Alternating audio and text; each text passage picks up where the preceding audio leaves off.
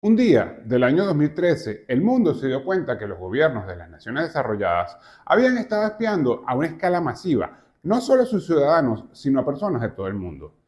Esto fue exactamente lo que Edward Snowden, un ex empleado de la Agencia Nacional de Seguridad de los Estados Unidos, reveló al filtrar documentos secretos a periodistas de medios como The Guardian y The Spiegel.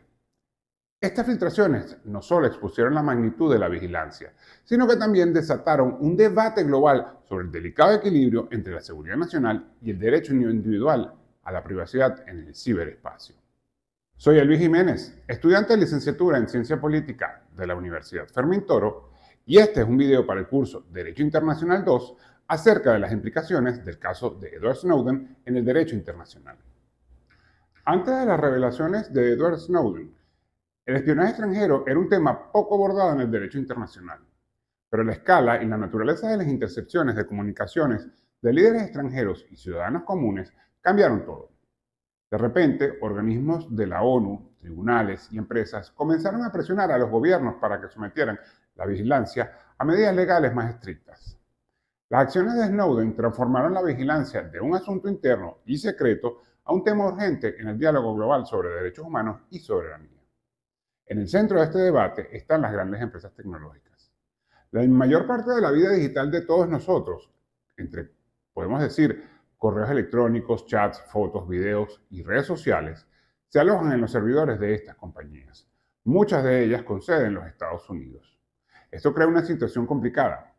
Si una empresa almacena los datos de ciudadanos de un país en servidores sujetos a las leyes de otro país, ¿cómo puede el Estado de origen proteger a sus ciudadanos? Aquí es donde entra en juego la soberanía de datos. La pregunta es, ¿dónde se encuentran físicamente estos datos y quién tiene acceso legal a ellos? Lo más importante de esto es para garantizar los derechos humanos de los ciudadanos. El caso de Snowden también destacó la compleja relación entre los estados y los individuos y cómo la aparición de estas gigantescas corporaciones globales a la que el economista griego Yanis Varoufakis denomina tecnofeudalismo. Esto lo que difumina son las fronteras legales tradicionales y expone los derechos de todos los ciudadanos a nuevas amenazas. Después de estas revelaciones de Snowden, el gobierno de los Estados Unidos lo acusó de espionaje y de robo. Esto hizo que huyera de su país, de Estados Unidos, y en una de sus escalas en este escape monumental y que quedó grabado en los anales de la historia, quedó varado en el aeropuerto de Moscú. En este caso, Rusia, invocando el derecho internacional que permite que cualquier perseguido busque protección, le ofreció asilo temporal, luego la residencia y finalmente, en 2022, la ciudadanía. La justificación de Rusia fue que Snowden no recibiría un trato justo ni un juicio justo en los Estados Unidos y esta postura, aunque soberana por parte de Rusia, chocó frontalmente con la posición de Estados Unidos, quienes consideran que Snowden es un criminal. Por su parte, Amnistía Internacional considera que Snowden un héroe de los derechos humanos y un denunciante, no un traidor, por haber expuesto la magnitud de la vigilancia global. Estados Unidos solicitó la extradición de Snowden, pero Rusia se ha negado reiteradamente, como es su política para crímenes políticos. Y Snowden, con su ciudadanía rusa, su extradición se volvió aún más improbable, ya que el derecho internacional establece que los países no extraditan a sus propios ciudadanos. En todo esto, Snowden fue procesado bajo la Ley de Espionaje de Estados Unidos de 1917, mejor conocida como la Ley FISA. Una ley controvertida que, según sus críticos, no distingue entre un traidor y alguien que informa al público sobre posibles abusos. De hecho, gran parte de la opinión pública mundial considera que las revelaciones de Snowden sirvieron al interés público.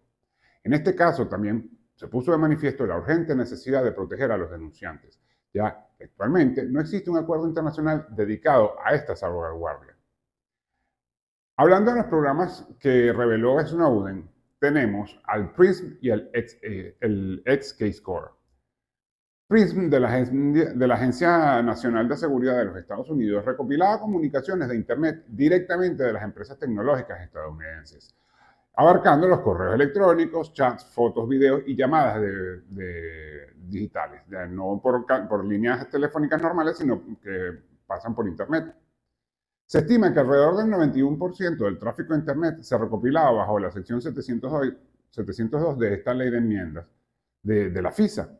Por otro lado, el XKeyscore, operado por la agencia de espionaje británica GCHQ, en colaboración con la Agencia Nacional de Seguridad de los Estados Unidos, fue diseñado para absorber vastas cantidades de registro de tráfico de Internet. Se rumoreaba que era como el Google para las comunicaciones privadas del mundo. Esto era capaz de buscar en la totalidad del tráfico de Internet. Y este programa no solo se usaba para terroristas, sino también para empleados gubernamentales o activistas anticorrupción, o sea, buscarle la información de este tipo de personas. Además del contenido, estas agencias recopilaban metadatos en cantidades industriales, incluyendo registros telefónicos de millones de estadounidenses y británicos. Esto significa que prácticamente todo lo que hacemos las personas en el mundo digital es registrado y almacenado, seamos sospechosos o no. Esta vigilancia constante impacta nuestra privacidad y puede llevarnos a la autocensura, sofocando la libertad de expresión. Empresas tecnológicas importantes como Yahoo, Microsoft, Google, Facebook, Apple, Amazon, fueron obligadas a cooperar con las agencias de inteligencia de los Estados Unidos bajo la sección 702 de esta ley FISA, y son inmunes a demandas por hacerlo. Esto crea un dilema. Estas empresas deben cumplir con las leyes de su país, pero esta cooperación puede violar las leyes de privacidad y derechos humanos de otros países donde tienen usuarios. Las revelaciones de Snowden nos mostraron que los datos recopilados para fines comerciales también son objeto de vigilancia de seguridad nacional, lo que a su vez incentiva la recopilación de más y más datos por parte de los gobiernos, sean el gobierno estadounidense, británico, los gobiernos de la Unión Europea, inclusive gobiernos como el nuestro de corte socialista y corte controlador. En China también sucede lo mismo. Y es que a pesar de los derechos a la privacidad y la protección de los datos, que ya están establecidos en instrumentos internacionales como la Declaración Universal de los Derechos Humanos, la era digital exige una redefinición de conceptos como privacidad, hogar, casa y entorno para abarcar nuestra realidad en línea. En el caso de Europa, a nivel regional, organizaciones como el Consejo de Europa y en América, la Organización de Estados Americanos y tribunales como el Tribunal Europeo de Derechos Humanos, han comenzado a adoptar un enfoque más flexible para juzgar casos relacionados con la vigilancia digital, asegurando que los estados no evaden sus obligaciones aunque la vigilancia se realice fuera de su territorio. Cualquier invasión de la privacidad, como la vigilancia, debe estar basada en principios claros. Debe estar respaldada por una ley accesible y clara. Servir a objetivos legítimos como la seguridad nacional sin discriminar, ser estrictamente necesaria y proporcional al objetivo y contar con controles judiciales independientes para evitar los abusos.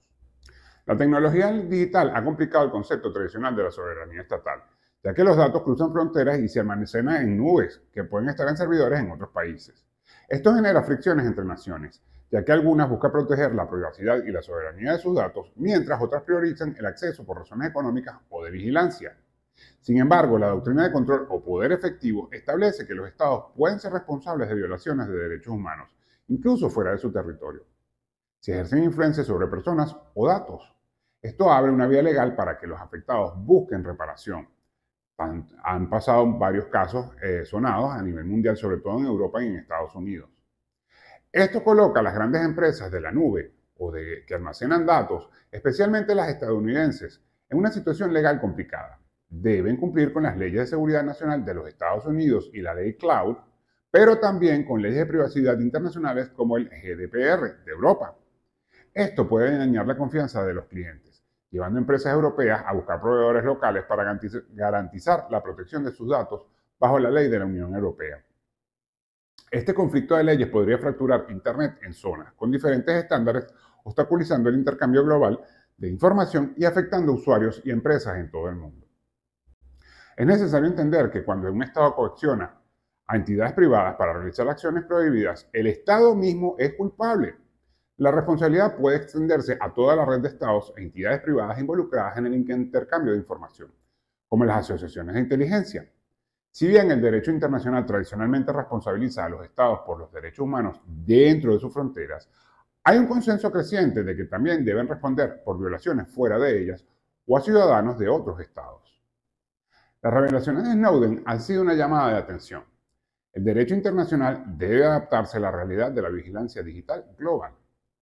Y aunque existen tensiones entre la seguridad nacional y la privacidad, se están construyendo nuevas estructuras legales y regulatorias para equilibrar ambos, promoviendo una gobernanza internacional más efectiva que proteja nuestros derechos en un mundo cada vez más digital y conectado.